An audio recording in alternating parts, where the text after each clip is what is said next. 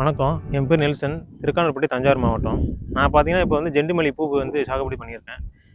எனக்கு வந்து பார்த்தீங்கன்னா, இப்போ ஆடி மாசங்கிறதுனால பூ வந்து நல்ல விளைச்சல் இருக்கு. விளைச்சல் இருக்கு, ரேட்டும் அதிகமா போகுது. எனக்கு ஒரு பெரிய பிரச்சனையா இருக்கிறது என்னன்னா, தண்ணி மேலாண்மை தான். தண்ணி மேலாண்மைனால இப்போ வந்து முன்னலாம் வந்து ஒரு நாளைக்கு 12லேருந்து 14 மணி நேரம் வந்து 3 ஃபேஸ் குடுத்தாங்க. இப்போ 8 மணி நேரம் தான் 3 ஃபேஸ் குடுக்குறதுனால, எங்க தண்ணி பற்றாக்குறை ரொம்ப பற்றாக்குறையா இருக்கு. ஏற்கனவே இப்போ ஆடி மாசத்துல பார்த்தீங்கன்னா, வெயில் ரொம்ப அடிக்கிறதுனால நிலத்தடி நீர் மட்டம் ரொம்ப கீழ போயிருச்சு. இப்போ பார்த்தீங்கன்னா, ஆவரேஜா பார்த்தீங்கன்னா 400 அடிக்கு மேல தான் நீர் மட்டமே இருக்கு.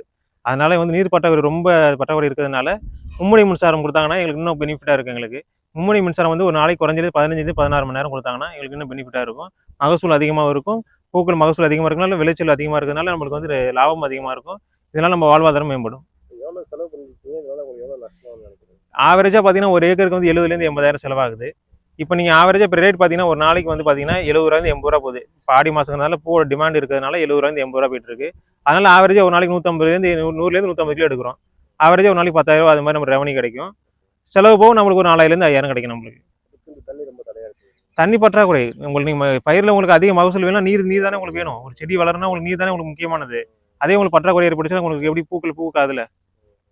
அதனால உங்களுக்கு நீர் மேலாண்மை அதிகம் நீர் மேலாண்மை நீங்க மேம்பட்டு இருந்தால் தான் வந்து மகசூல் அதிகமாக இருக்கும்.